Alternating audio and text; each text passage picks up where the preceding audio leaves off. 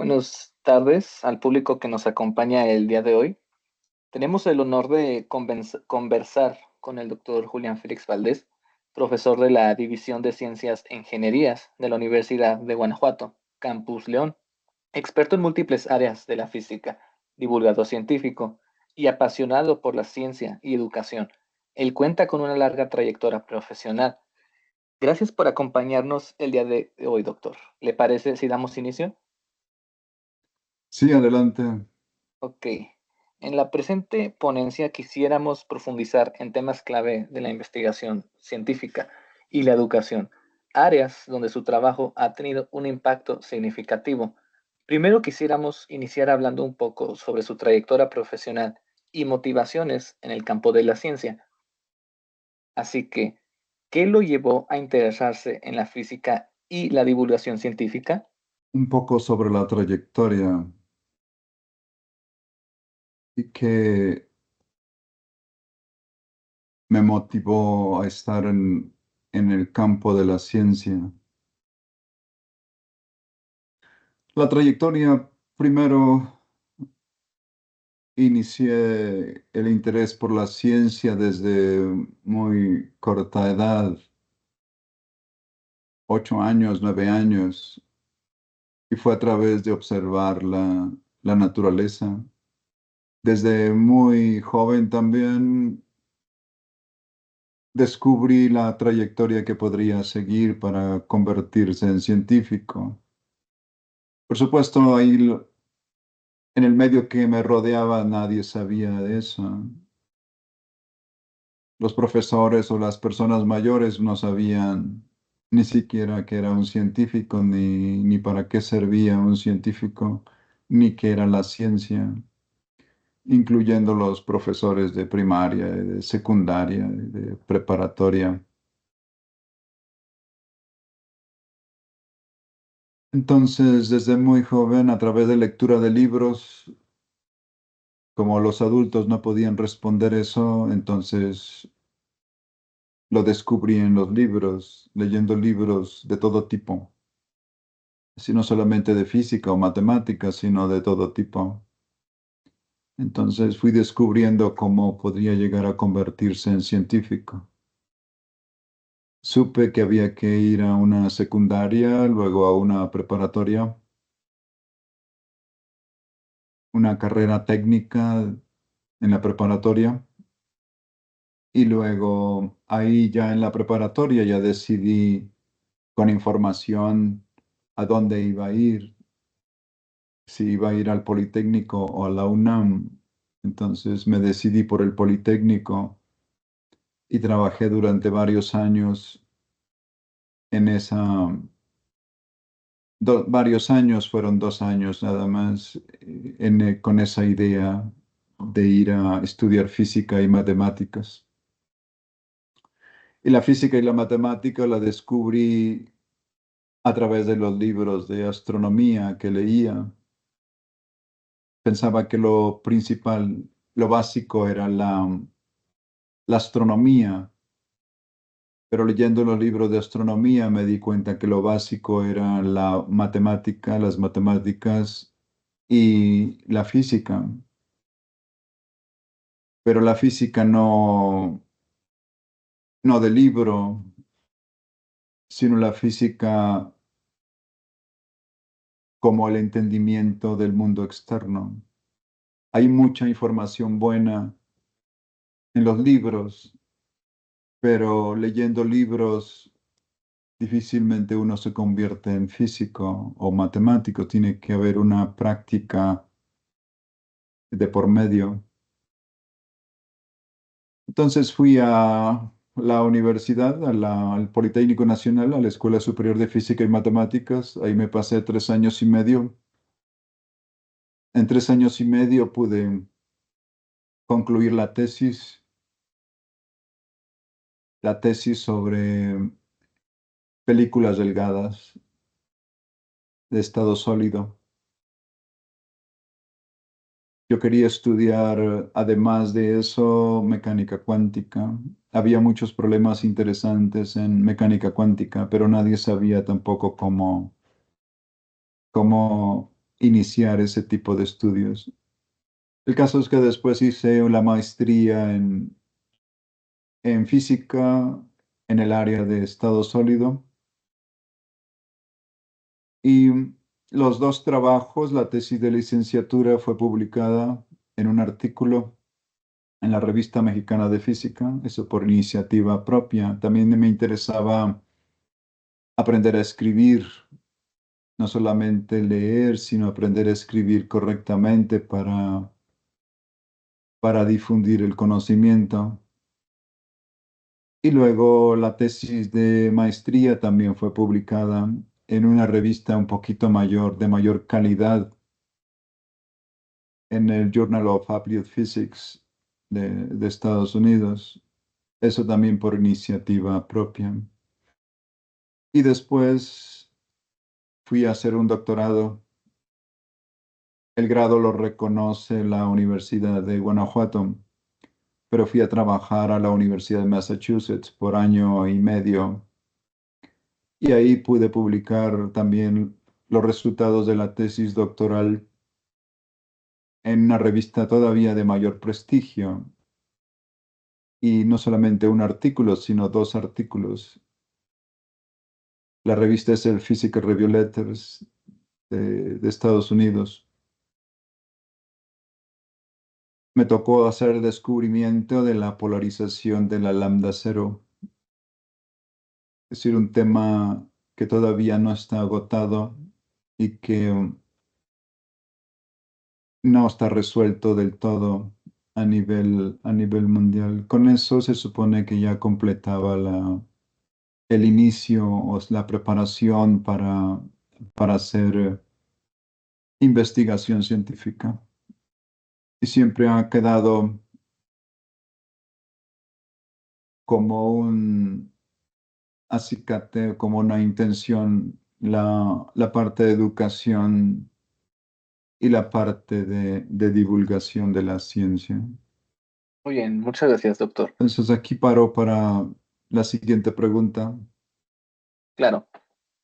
La siguiente pregunta es, en su experiencia, ¿cuáles son los principales desafíos para comunicar conceptos complejos al público, los cuales se ha dedicado a estudiar tales como mecánica cuántica o la física del vuelo? Los principales desafíos para comunicar conceptos complejos al público. Primero, no hay conceptos complejos. Si algún concepto les parece complejo, es que la persona con la que están hablando no entiende el concepto. Entonces, si no lo entiende, tampoco va a poder explicarlo de manera sencilla. De los conceptos complejos, no hay conceptos complejos, simplemente hay problemas para llevarlos al gran público y el principal problema es que la persona que está tratando de llevar esos conceptos al gran público tampoco los entiende y de esa manera se los presenta muy embrollados o complejos. Pero si la persona los entiende, debe ser capaz de llevarlo de manera muy sencilla al gran público. Ningún concepto en la ciencia es difícil o complejo. Es simplemente lo entiendes o no lo entiendes. Si no lo entiendo, entonces, ¿qué debo hacer para entenderlo? Me interesa la mecánica cuántica, también me interesa la física clásica, me interesa toda la física, nada más que el tiempo es limitado, entonces hay que dedicarle el tiempo a una partecita de la física. También me interesa la semántica en la física, la filosofía que está detrás a la hora de hacer ciencia o los conceptos que están velados y que uno usa de manera velada a la hora de hacer la ciencia. No solamente la física del vuelo, sino la física de la música y otro tipo de conceptos como termodinámica de sistemas sencillos para entusiasmar al gran público por la ciencia, también la óptica, también la astronomía y prácticamente todas las áreas de la física. La historia de la física también es apasionante y a las personas les gusta escuchar historias de la ciencia o de los físicos o de los matemáticos. También la matemática, la historia de los números, la historia de las matemáticas es apasionante, pero detrás de eso siempre hay preguntas que uno se hace. ¿Qué es lo que estoy describiendo? ¿Existe algo que estoy percibiendo y que a la hora de percibirlo simplemente estoy distorsionando ese algo? Y si el camino que estoy siguiendo en la física o las matemáticas es la forma más correcta de hacer la descripción o la forma donde puedo calar más hondo en la descripción de ese mundo externo. No sabemos a ciencia cierta si ese mundo externo existe o lo creamos a la hora de percibirlo, o cómo es que construimos esas percepciones que de donde deducimos que debe existir algo, algo externo. Todo eso, todas esas preguntas son válidas desde el punto de vista de la física y también desde el punto de vista de la filosofía. Bueno, termino aquí para dar oportunidad para la siguiente pregunta. Muchas gracias. Ahora, ¿qué consejo le daría a los jóvenes científicos que encuentran barreras en su carrera, ya sea económicas, sociales o de acceso a recursos? ¿Qué consejo le daría a los jóvenes que encuentran barreras en su carrera, ya sea económicas, sociales o de acceso a recursos? Pues simplemente ir tras esas dificultades, no rendirse, fijar sus objetivos y conseguirse los recursos para cumplirlos. Yo mismo no he tenido todos los recursos que se requieren para hacer las cosas. Mm, Y mucho más allá de esos escasez de recursos, también hay otro tipo de escaseces que hay que concientizarlos para poder ir a través de ellos. Por ejemplo, escasez de intención, escasez de voluntad, escasez de objetivos. Cada uno de esos puntos tienes que identificarlo para poder ir a través de ellos y simplemente suprimirlos y continuar con el objetivo primordial que te has marcado. Bueno, termino aquí para dar pie para la siguiente pregunta. Muy bien. La siguiente es, más allá de la investigación, ¿qué lo inspira a comunicar la ciencia a un público no especializado? ¿Cómo es que ha mantenido esa pasión a lo largo del tiempo?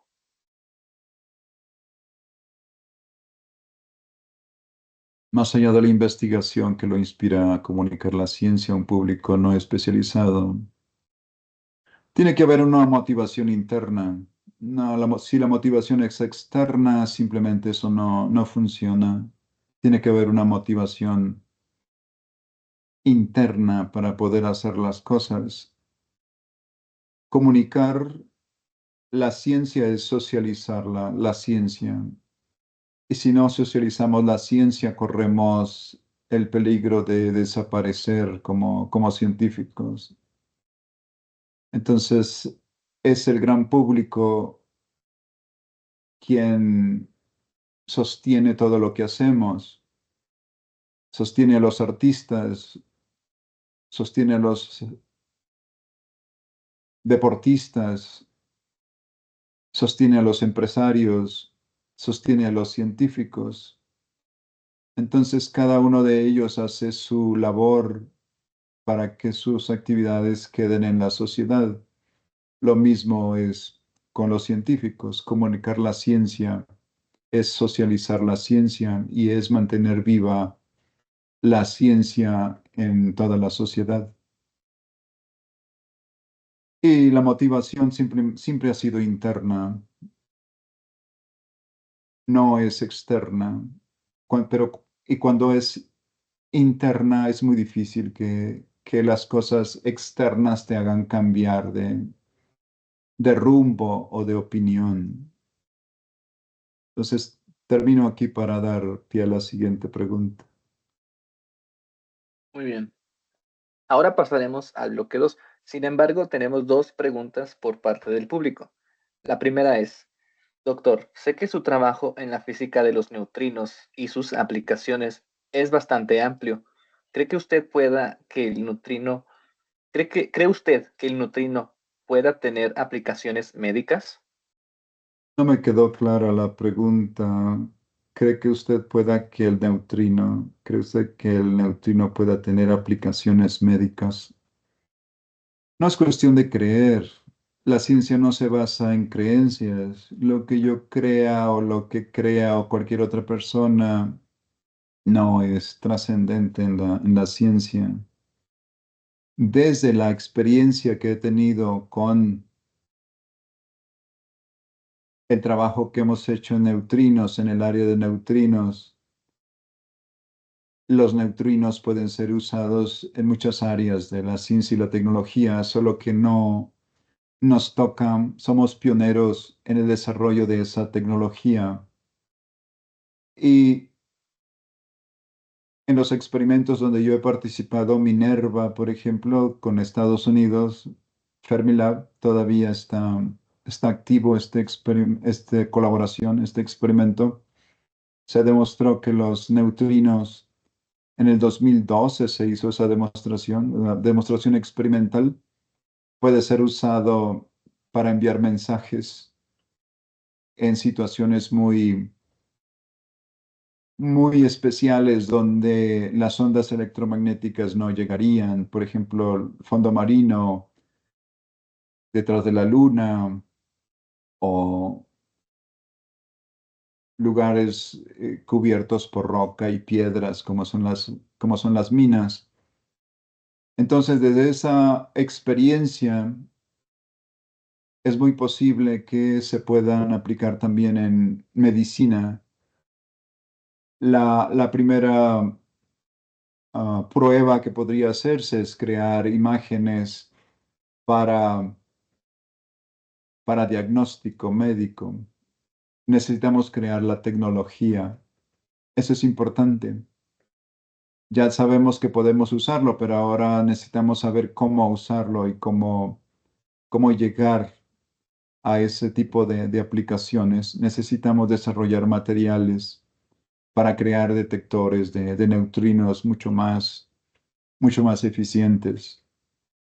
Un detector de neutrinos que pese 200 o 300 toneladas no es muy redituable.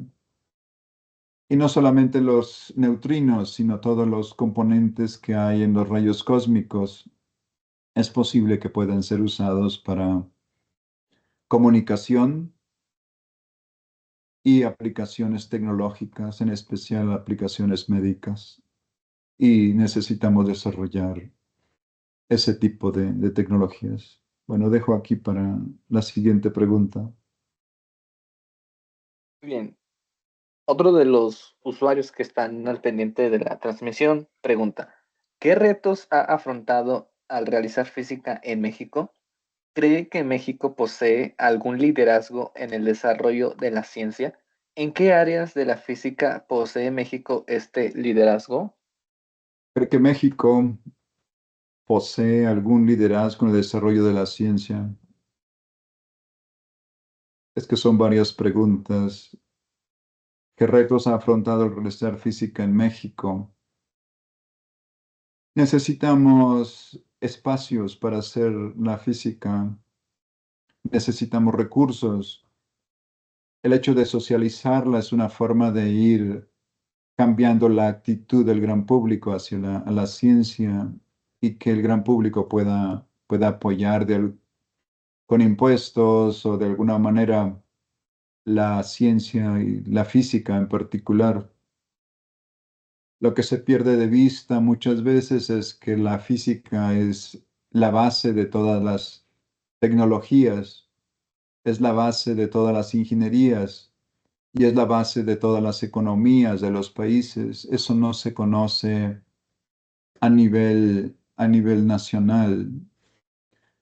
Y quizá muchos de los colegas no compartan este tipo de visión o de propuesta de la física o de la ciencia en general. Entonces, la ciencia impacta directamente en la economía de los países, también impacta en la educación de las personas.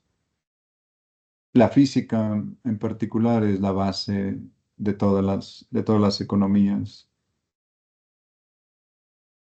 Un ejemplo de lo que estoy hablando es que el Internet y la web fue creada por físicos, la física, a través de visualizar problemas que los físicos tenían para comunicar entre ellos de una oficina a otra oficina sus logros.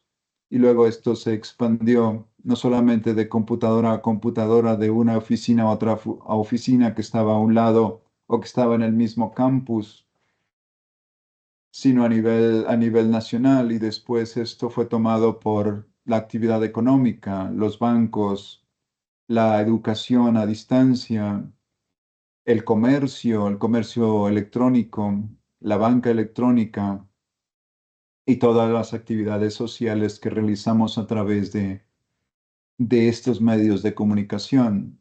El origen fue la física y la física es el origen de muchas de todas las tecnologías que disfrutamos en esta época. También es la base de muchos de los avances médicos que se hacen. Los rayos X como diagnóstico o como terapia tiene su origen en la física. Y aquí puedo parar para la siguiente pregunta. Muchas gracias. Ahora vamos a dar inicio al bloque 2, divulgación y proyectos. En cuanto a proyectos de su autoría, tales como la interdisciplinariedad entre la física y la música. ¿Cómo surge la idea de conectar estas dos grandes disciplinas y qué impacto ha tenido esta iniciativa en la comprensión científica del público? Este tipo de iniciativas de explicar las, los aspectos comunes o los conceptos comunes entre física y música no es más que una forma de hacer divulgación de la ciencia de otra manera. No solamente es pararse ante el gran público y hablar sobre los conceptos físicos, sino ahora mostrarle cuáles son los puntos comunes entre física y música. No se sabe o quizás se olvide muy rápidamente que la primera descripción matemática de un fenómeno físico fue la escala musical y que la física comparte muchos conceptos con la música, por ejemplo, el espacio, el tiempo, simetría, asimetría, tono, altura, efecto Doppler. Todos esos conceptos se usan en la música y también se usan en la física. Entonces hay un paralelismo entre física y música. Pero la música simplemente es un fenómeno que puede ser abordado desde el punto de vista de la física. Y es así históricamente como los físicos han profundizado en la música. Y por supuesto, los constructores de instrumentos tienen que saber física, y tienen que saber ingeniería y tienen que saber matemáticas para poder construir los instrumentos, también para hacer las innovaciones en los instrumentos musicales. Entonces, esto no es más que un pretexto también para llevar al gran público lo que es la física a través de la música. Detengo aquí mi intervención para continuar con la siguiente pregunta. Muy bien, hablando ahora de otros enfoques de la física, los cuales ha abordado a lo largo de su trayectoria profesional. En iniciativas como la divulgación sobre partículas elementales o rayos cósmicos, ¿cómo mide el impacto de su trabajo en la sociedad? No, no es inmediato medir el impacto que las palabras que uno ofrece al público pueda crear. Y hablar en público es una gran responsabilidad y lo debe uno respaldar la calidad moral. Si vas a hablar de ciencia, pues tienes que tener experiencia en la ciencia, no solamente a nivel de transmisor de los conceptos científicos, sino haber participado en creación de la ciencia.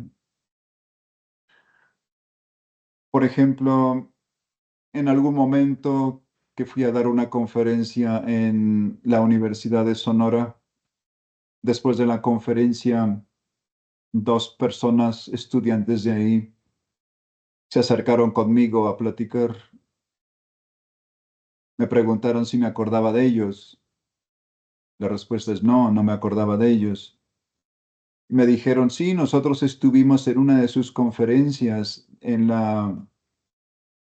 el Instituto Tecnológico de Sonora. Ahí éramos estudiantes de ingeniería. Entonces escuchamos en su plática que usted dijo que la física y las matemáticas son la base, las ciencias básicas en la base de todas las demás ingenierías.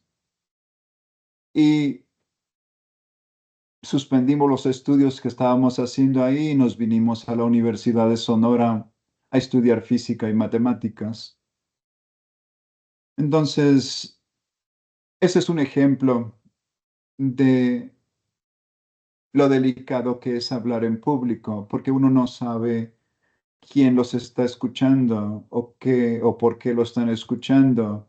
Si lo están escuchando de esa manera es que esas personas están buscando algo y ese algo lo encuentran a través de unas simples frases que uno dice a veces, pero lo debe decir con la calidad moral de alguien que ha hecho ciencia para asegurar este tipo de, de consejos o de aseveraciones. Otra forma de medir el impacto actualmente es con las métricas que uno tiene en Internet. Es fácil saber cuántas personas lo están uno siguiendo en la plática. Por ejemplo, en los seminarios Leo Lederman, que iniciamos en el 2020, 2019, a raíz de la pandemia que estábamos sufriendo. Iniciamos una serie de seminarios Leo Lederman y hasta la fecha esos seminarios han alcanzado casi 2 millones de participantes.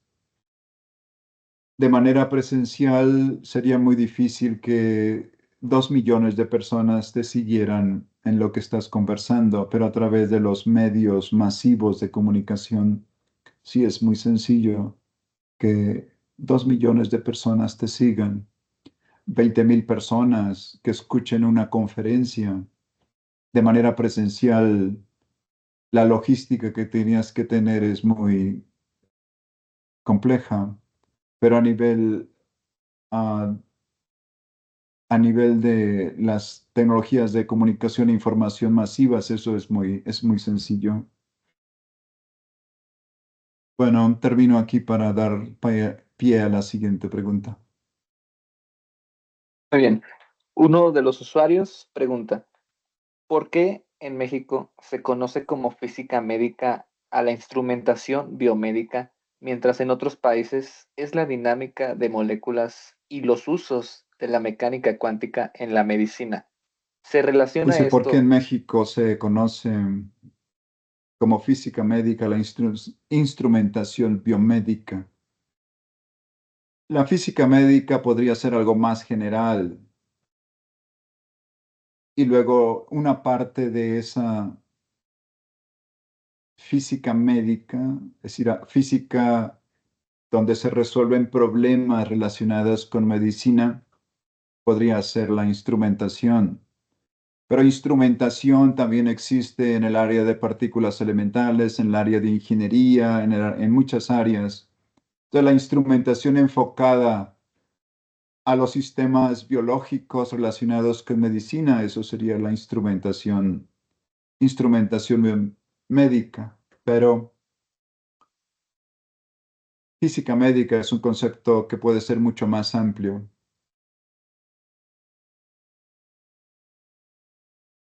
Bueno, determino aquí para dar pie a la siguiente pregunta. Muy bien. La siguiente pregunta es, ¿la música tiene alguna relación con la física cuántica? Así que si la física tiene alguna relación con la física cuántica, tiene relación con la física y muchos de los fenómenos que escuchamos en la música están cuantizados. Por ejemplo, las ondas que se producen en un tubo están dados en números enteros. Las que se producen en una cuerda también están dadas en números enteros de semilongitudes de onda. Las partículas tienen asociada una longitud de onda. Entonces, esto es confirmado experimentalmente, es decir, tiene base experimental esto que les estoy diciendo. Entonces, esa es la analogía entre los fenómenos cuánticos a nivel macroscópico y cuánticos a nivel microscópico. Termino aquí para dar pie a la siguiente pregunta.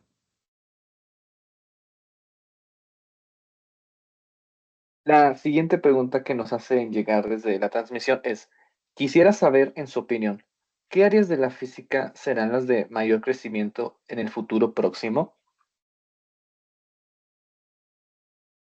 ¿Cuáles áreas de la física serán de mayor crecimiento en el futuro? La física cuántica, indudablemente. La física cuántica es una de las bases tecnológicas actualmente. Entonces, la física cuántica es uno de los pilares de la ciencia contemporánea y seguramente va a seguir creciendo en muchas ramas, en el estado sólido, en medicina, en astrofísica, en electrónica, en comunicaciones, en tecnologías de la comunicación, en materiales, todos esos sistemas donde se pueda aplicar la mecánica cuántica. Ahí va a haber un enorme crecimiento. Termino aquí para dar pie a la siguiente pregunta. Gracias.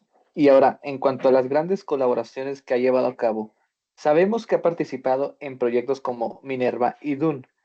¿Podría contarnos más sobre estas colaboraciones y su relevancia para el avance de la física de partículas?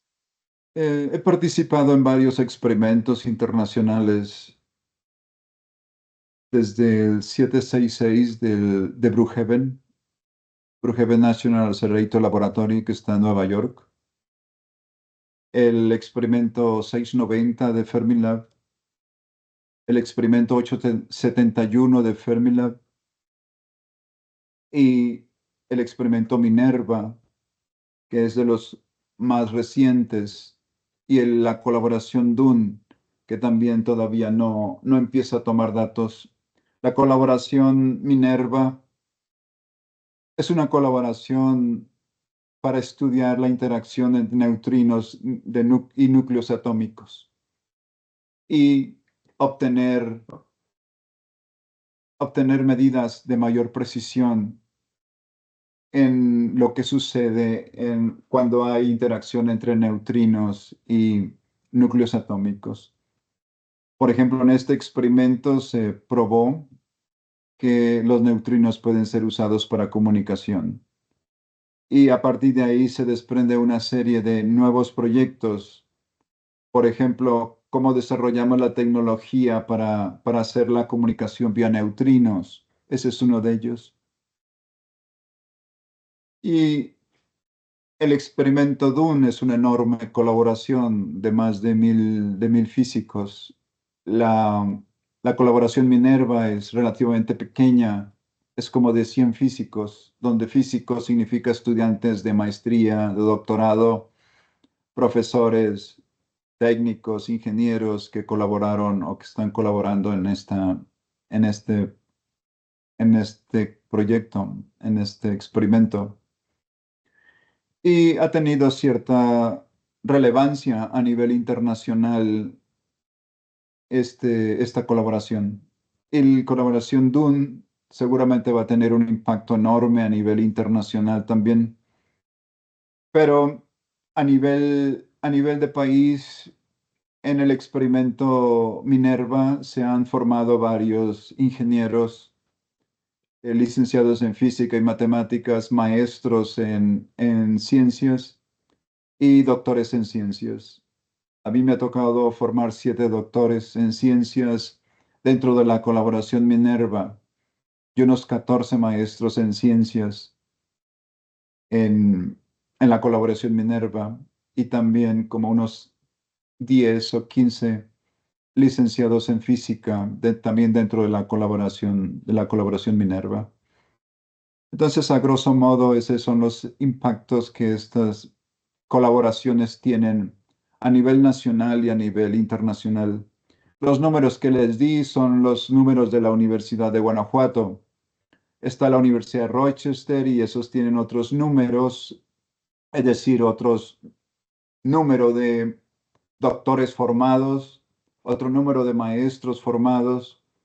Están otras universidades también de Estados Unidos y de Europa y cada una de esas universidades ha participado formando estudiantes. Los números que les di son simplemente de la Universidad de Guanajuato. Termino aquí para dar pie para la siguiente pregunta. Muchas gracias. ¿Qué investigaciones o proyectos de divulgación lidera actualmente, ya sea que se encuentre desarrollando actualmente? En este año, por ejemplo, he dado más de 30 pláticas a nivel nacional sobre los temas, diferentes temas de la ciencia. Y los proyectos de divulgación de la ciencia son permanentes. No significa que inicia uno, lo desarrolla y luego termina. Es un proyecto permanente, como son permanentes los proyectos de educación. Los, los que van cambiando ligeramente son los proyectos de investigación científica. Y los proyectos de investigación científica son la base para desarrollar la divulgación de la ciencia y también para desarrollar la educación. La actividad que uno desarrolla en la investigación científica, por ejemplo, tecnologías de detección de rayos cósmicos o de neutrinos o de cualquier otro tipo de radiación, impacta directamente de manera positiva, podría pensar, lo que uno hace en docencia y lo que uno hace en divulgación. La divulgación no es más que una forma amena e informal de educar al gran público o de llevar información al gran público sobre los aspectos científicos. Entonces todo lo que hacemos, o al menos todo lo que yo hago, descansa en los proyectos científicos y de ahí se desarrollan los proyectos que uno va haciendo en la divulgación de la ciencia y en docencia. Han surgido, por ejemplo, prototipos que uno usa en docencia. Han surgido a partir de las investigaciones que uno desarrolla. Y también esos mismos prototipos los uso para hacer divulgación de la ciencia. Me gusta hacer demostraciones cuando hago o cuando estoy tratando de llevar el conocimiento al gran público. Por ejemplo, este tipo de instrumentos, camaritas de detección de radiación. Estos surgen como resultado de la investigación, pero se usan para hacer divulgación y educación de la ciencia. Y hay otros muchos que están por ahí en la web y que están aquí en el laboratorio de partículas elementales. Bueno, termino aquí para dar pie a la siguiente pregunta. Gracias. Comentan en la transmisión, doctor, ¿qué se debe entender por teoría? ¿Qué se debe entender por teoría? Normalmente la palabra está distorsionada en el lenguaje del habla común, en lenguaje diario.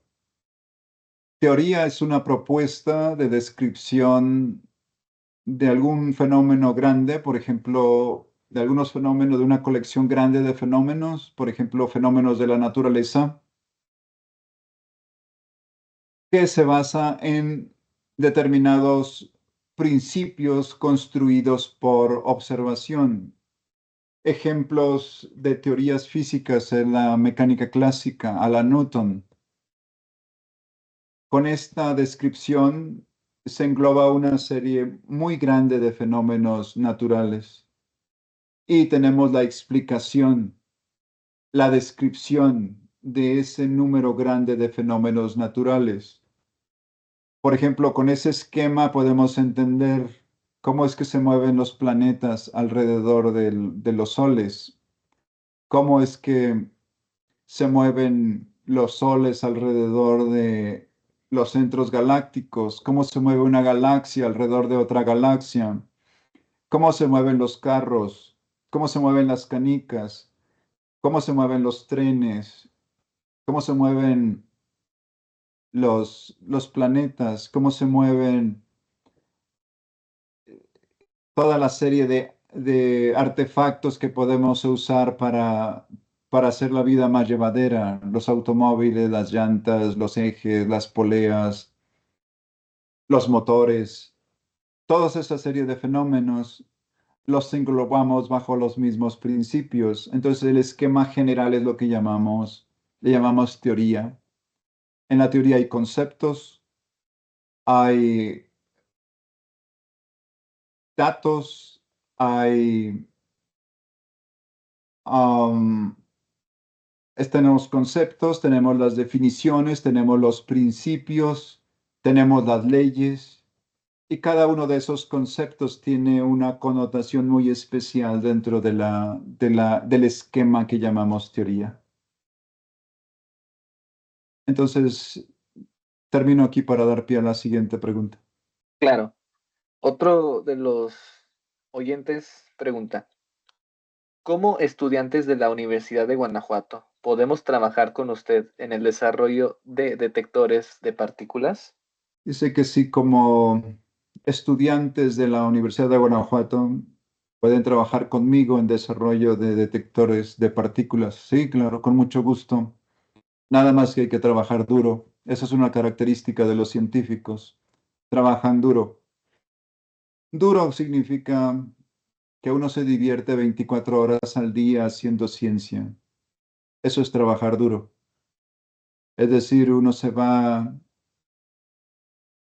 a dormir con el problema en la mente y uno se levanta con el problema en la mente y eso es ser profesor o científico 24 horas al día. También 24 horas al día estamos buscando recursos para hacer ciencia y también estamos tratando de encontrar personas que quieran iniciarse en la investigación científica. La respuesta es sí, con mucho gusto. Muchas gracias. La siguiente pregunta de otro oyente es, doctor, ¿qué fortalezas notables tiene la Universidad de Guanajuato en la formación de nuevos físicos? ¿Qué fortalezas tiene la Universidad de Guanajuato en la formar nuevos físicos? Primero, tenemos una enorme libertad. Es decir, a mí me gusta mucho la libertad que tengo en la Universidad de Guanajuato para hacer ciencia, para hacer docencia y para hacer divulgación de la ciencia. Ese es un bien que lo valoramos cuando lo perdemos, pero afortunadamente en la Universidad de Guanajuato tenemos eso. También ustedes tienen un enorme, como estudiantes, se tiene una enorme libertad de ir con el profesor que tú quieras estudiar. También una enorme libertad para decidir tu ritmo de trabajo. Si quieres llevar 4 materias, 5 materias, aunque no estén seriadas, si tú tienes el conocimiento suficiente para llevar la siguiente, la puedes hacer. Esa es una enorme libertad que tenemos que aprender a valorar. Entonces, eso es una de las fortalezas, una de las muchas fortalezas que hay en la Universidad de Guanajuato. Termino aquí para dar pie a la siguiente pregunta. Muy bien. Ahora vamos a profundizar un poco en el tema de la educación, tecnología y futuro de la ciencia.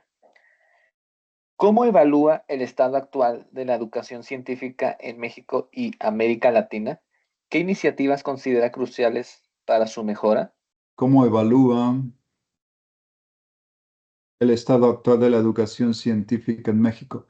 No tengo los datos estadísticos para ser muy justo. Tendría que tener los datos estadísticos y poder comparar con datos cómo se está llevando a cabo la educación en la UNAM, cómo se lleva a cabo la educación en el Instituto Politécnico Nacional, cómo se lleva a cabo en la Universidad de Guanajuato. En muchos de los casos estamos a nivel mundial, es decir, estamos a nivel mundial en muchas de las áreas educativas que tenemos en el país, pero la información que tengo no es suficiente para hacer una valoración justa de todo lo que hacemos. Entonces, prefiero terminar aquí y dar pie a la siguiente pregunta. Muchas gracias. En su opinión, ¿qué falta para que las ciencias exactas sean percibidas como más accesibles para la población general? Dice, en su opinión, ¿qué falta para que las ciencias exactas sean percibidas como accesibles a la población en general? Información. Esa es la información que uno está tratando de llevar al gran público cuando hace divulgación de la ciencia. Hacer divulgación de la ciencia es llevar el conocimiento científico a todos los niveles, desde los niños de primaria, secundaria o preprimaria. He estado muchas veces hablando a los niños de preprimaria de cuestiones científicas, también a los niños de primaria o de secundaria. Es ahí donde debemos iniciar la transformación de la percepción que tiene el gran público si queremos que impacte en las siguientes generaciones y impacte en la sociedad en general. Es a través de la educación de las nuevas generaciones como podemos hacer la transformación de que la ciencia sea más perceptible a nivel de sociedad o que la sociedad sea más receptible sobre cuestiones de ciencia. Los buenos ejemplos son muy importantes. Es decir, un ejemplo de un buen científico es muy importante para que el gran público se convenza de que vale la pena dedicarse a la ciencia. Termino aquí para dar pie a la siguiente. Muchas gracias. Usted, al trabajar mucho con estudiantes, ¿qué herramientas o estrategias recomienda para despertar el interés científico en niños y adolescentes? Pienso que la mejor herramienta es el ejemplo, es decir, la calidad moral y la integridad que pueda proyectar la persona que habla. Si la persona que habla de ciencia no está convencida de las bondades de la ciencia, entonces difícilmente va a poder convencer a quien le está oyendo. Si la persona muestra que vive la ciencia, esa actitud la va a captar, especialmente los niños y los jóvenes, la van a captar y la van a hacer suya, van a querer vivir la ciencia, van a querer tener la experiencia de vivir la ciencia. Entonces, pienso que la mejor enseñanza se realiza a través del ejemplo. La mejor forma de hacer la transmisión de los conocimientos científicos es a través del ejemplo. Termino aquí para dar pie a la siguiente. En esto, desde su experiencia, ¿cuáles cree que sean los próximos grandes desafíos o descubrimientos que podrían revolucionar la física en las próximas décadas? En su opinión, desde su experiencia, ¿cuáles cree que serán? No, no es cuestión de creer. Siempre lo recalco en mis cursos que la ciencia no se basa en creencias. Lo que yo crea o cree no es trascendente. Actualmente hay problemas científicos muy serios que si se resuelven de una u otra manera, favorable o desfavorablemente, van a tener un impacto significativo en el desarrollo de la ciencia. Y es como se percibe a nivel de comunidad internacional de la ciencia, hacia dónde van los movimientos de la ciencia a nivel internacional. Y son los que ya un gran público lo conoce. Por ejemplo, el problema de la materia oscura y el problema de la energía oscura. Si se resuelven, ya sea positivamente o negativamente, van a tener impacto en el desarrollo de la ciencia, en la percepción que nosotros tenemos del universo. Otro de los problemas es medir tiempos muy pequeños y medir distancias muy pequeñas. Ese es otro de los problemas torales actuales. El premio Nobel de Física de los años pasados, me parece que fue el año pasado o el antepasado, se dio a personas que desarrollan tecnología para medir tiempos muy pequeños, pero todavía es insuficiente. Necesitamos medir, o en la naturaleza hay tiempos mucho más pequeños que todavía somos incapaces de medir, y hay distancias muy pequeñas que somos incapaces de medir.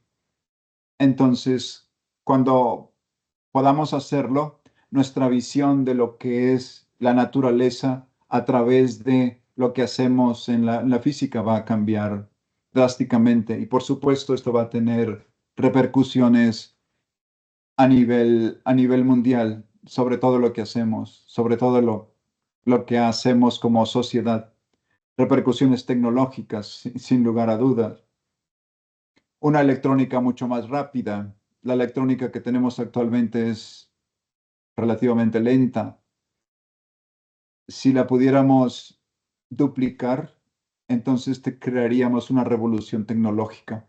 Y eso se da a través del estudio de los sistemas físicos, es a través del estudio de la física, a través del estudio de las matemáticas y la computación y la tecnología, los materiales que estamos usando. Crear nuevos materiales también, nuevos materiales que funcionen de acuerdo a ciertas especificaciones necesarias que se requieren. Materiales más duros, materiales que resistan más la temperatura y materiales quizá también más blandos, crear campos magnéticos altos, crear campos eléctricos altos, eso también es importante y tendría impacto a nivel mundial sobre la sociedad que todos vivimos. Bueno, termino aquí para dar para ir a la siguiente. Muy bien, muchas gracias. Y ahora, ¿qué mensaje le gustaría dejar a las personas sobre la relevancia de la ciencia en nuestra vida cotidiana? El mensaje que dejaría a las personas sobre la relevancia de la ciencia en nuestra vida cotidiana. Podría uno pensar que es evidente la relevancia de la ciencia, pero no es así. No es evidente porque el gran público no está entrenado en ciencia. Quizá nada más tenga algunos conocimientos científicos, pero no tiene entrenamiento científico para hacer desarrollos en la ciencia. Todo lo que vivimos es creado por la ciencia. Por ejemplo, vacunas. ¿Por qué en términos de un año, año y medio, algunos países pudieron desarrollar vacunas y la gran mayoría de los países no pudo desarrollar las vacunas? Simplemente porque esos países tienen el conocimiento científico y técnico para hacerlo. Tienen a las personas preparadas para hacer ese tipo de desarrollos. Ese es un ejemplo de la enorme relevancia que tiene la ciencia a nivel mundial, a nivel de la sociedad. También cuando entendemos los procesos educativos de cómo educar a las personas, podemos transformar los procedimientos para educar a las personas. Eso tiene otro impacto más muy profundo también. Y cuando la ciencia impacta en las tecnologías y esas tecnologías llegan al gran público a través de, por ejemplo, la banca electrónica, eso impacta enormemente el quehacer y las actividades diarias de las personas. Nosotros podemos hacer nuestras actividades bancarias sin salir de la casa. Eso hace unos 20 o 30 años era impensable. Para depositar un dinero a una cuenta tenías que ir al banco a firmar unos papeles, luego dárselos a la persona que estaba atendiendo. Esa persona movía cosas, una máquina de escribir y luego te autorizaba a recibir el dinero, cambiarlo de cuenta, ponerlo en otra cuenta. Actualmente no. Actualmente en 5 minutos puedes mover una gran cantidad de dinero o hacer grandes movimientos en tu banco o en tus cuentas bancarias. También puedes comprar productos en China y a la vuelta de unos días, quizá una semana, ya los tienes en tu casa. Eso a través del comercio electrónico. El comercio electrónico también es muy reciente y esos son los impactos, ejemplos de los impactos que la ciencia tiene en la sociedad que vivimos. Así que no basta con decirle al gran público que la ciencia es muy importante. Es quizá necesario comentarles cómo es que su vida ha cambiado a lo largo de los años por cuestiones de ciencia y tecnología. Cómo es que la ciencia, que es la base de las ingenierías y la base de las tecnologías, va impactando la vida y el quehacer de todos los seres humanos. Tenemos mejores condiciones de vida, tenemos mejores condiciones para desarrollarnos dentro de la sociedad. Otro ejemplo es lo que estamos haciendo actualmente. No es necesario que estemos frente a frente para estar platicando sobre estas cuestiones. Estamos usando una tecnología que hace 20 años no existía o estaba apenas de manera muy incipiente. Entonces, platicarle al gran público solamente los conceptos y las ideas quizá no sea suficiente para convencerlo, sino a través de este tipo de ejemplos. Si quitamos esos desarrollos que he mencionado, nos volveríamos como personas de hace unos 20 o 30 años, donde tendríamos que destinar un gran tiempo para trasladarnos y para hacer las cosas, y algunas cosas no la podríamos deshacer o tardaríamos mucho tiempo. Yo en 1990, 1985 compré libros en Nueva York, pero tuve que tardar como 5 meses para enviar el dinero, que lo recibieran, que me enviaran los libros, y a la final de unos 4 o 5 meses tuve los libros. Actualmente, en 5 minutos puedo hacer una compra de libros en cualquier parte del mundo, pagarles en 5 minutos y a la vuelta de una semana tener los libros aquí en la oficina. Esos son ejemplos de cómo ha ido cambiando la sociedad humana, la sociedad y el impacto que la ciencia ha tenido en estos cambios. Bueno, termino aquí para dar pie por si existe alguna otra pregunta. Muy bien. Y finalmente, para cerrar, ¿cómo pueden las personas acceder a sus conferencias, libros u otros materiales para aprender más sobre su trabajo? Muchos de estos materiales de los que habla o que me está hablando existen en la web. Esta conferencia, esta plática, supongo que se va a quedar en la web para que alguien más la pueda consultar. Este es un ejemplo de un libro, es Einstein al infinito vacío, que la Universidad de Guanajuato publicó este año. Ese es el último libro que ha salido de mi autoría. Lo pueden conseguir a través de la web. Y lo curioso es que en este libro se presenta una nueva forma de hacer divulgación de la ciencia a través de entrevistas cronográficas. La entrevista es un género literario y la cronografía es una figura retórica. Entonces, en este libro se juntan esas dos técnicas para crear la entrevista cronográfica. Y la entrevista cronográfica está registrada en la Oficina de Derechos de Autor.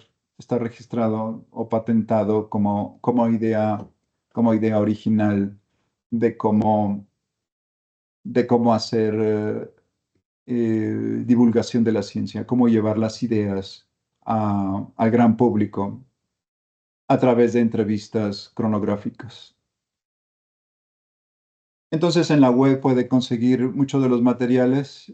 Hay videos, hay libros, hay conferencias y lo único que no está disponible son este tipo de artefactos, es decir, los prototipos, porque no son comercializables, pero están en el laboratorio de partículas elementales si alguien quiere visitar el laboratorio para ver cómo funcionan o ver cómo están constituidos. Yo con mucho gusto puedo mostrárselos ya en persona. Entonces, esos son los ejemplos de lo que he ido haciendo y cómo están disponibles una gran cantidad de materiales en la web. Muy bien. Ahora vamos a abrir un espacio al público para que comiencen a escribir sus preguntas. Sí, gracias. Yo con mucho gusto los espero. Ok, tenemos una pregunta. ¿Podría darnos más detalles sobre cómo es que la física impacta en la economía de los países? Dice si puedo dar más detalles cómo es que la física impacta en la economía de los países. La física es la descripción e interpretación del mundo externo. Es decir, el conocimiento que tenemos del mundo externo nos sirve para crear las herramientas, las tecnologías y las ingenierías que disfrutamos. Y esa ingeniería tiene un cierto valor valor comercial. Los productos que podemos conseguir a través de esa ingeniería y de esa tecnología tiene valor comercial. Por ejemplo, los plásticos, las computadoras, los transistores, las cámaras, los alambres, cómo hacer nanoalambres. Ese conocimiento proviene de la física. Luego va y desarrollamos la ingeniería suficiente y luego la tecnología suficiente para crear nanoalambres. Y esos nanoalambres tienen un cierto valor comercial. Eso es lo que va sustentando la economía de los países. Por eso es que los países ricos es que hacen mucha ciencia básica, porque pueden con esa ciencia básica desarrollar la ingeniería y desarrollar las tecnologías, y todo lo que desarrollen tiene un valor comercial. Mucha del Producto Interno Bruto de los países, es países como Estados Unidos o Inglaterra, tiene su sustento en la física del siglo XX, no en la física que se hizo en el siglo XVI o XVII, sino en el siglo XX. Es a través de las tecnologías de la comunicación e información, la computación, las tecnologías digitales, todo eso. Entonces, esa es la base de las economías del país. No es arriesgado pensar que la física es la base de la economía de los países, porque estamos llenos de ejemplos donde si no tuviéramos la física, tampoco tuviéramos la ingeniería, tampoco tuviéramos la tecnología y tampoco tuviéramos los productos con que comercializar. Bueno, detengo aquí para la siguiente pregunta. Muy bien, la siguiente pregunta es, ¿cómo podemos adquirir sus libros de lecciones de física? Están en la web. Los libros que yo he publicado están en la web. No, yo no los manejo directamente a través de Amazon, a través de la Universidad de Guanajuato también. La Universidad de Guanajuato me ha publicado cerca de 5 o 6 libros. Entonces, todos esos, los derechos los tiene la Universidad de Guanajuato y es quien los distribuye. Este libro que les menciono lo distribuye la Universidad de Guanajuato a través de su librería. Entonces, en la web puede conseguir ese material. Muy bien, la siguiente pregunta es, gracias doctor por la conferencia. ¿Alguna recomendación para profesores en el área de ciencias? Recomendación para profesores en el área de ciencias, pues seguir con su pasión en la ciencia, seguir enseñando y seguir haciendo investigación. Esa sería la recomendación o el comentario. Si les interesa la ciencia, hay que seguir haciendo ciencia. Si les interesa la divulgación, hay que seguir haciendo divulgación. Y sé que podrían ser ejemplos o son grandes ejemplos también para seguir por los estudiantes. Ok, muchas gracias. Han sido todas las preguntas y pues ha sido un honor contar con su presencia y aprender de su experiencia, doctor. Le agradecemos por compartir sus conocimientos y Bueno, esperamos muchas seguir gracias. Buenas viendo tardes a más en su todos los que trabajo. nos siguieron a través de esta transmisión. Muchas gracias a todos los oyentes por conectarse y pues muchas gracias, doctor.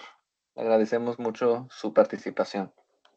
Muchas gracias. Buenas tardes.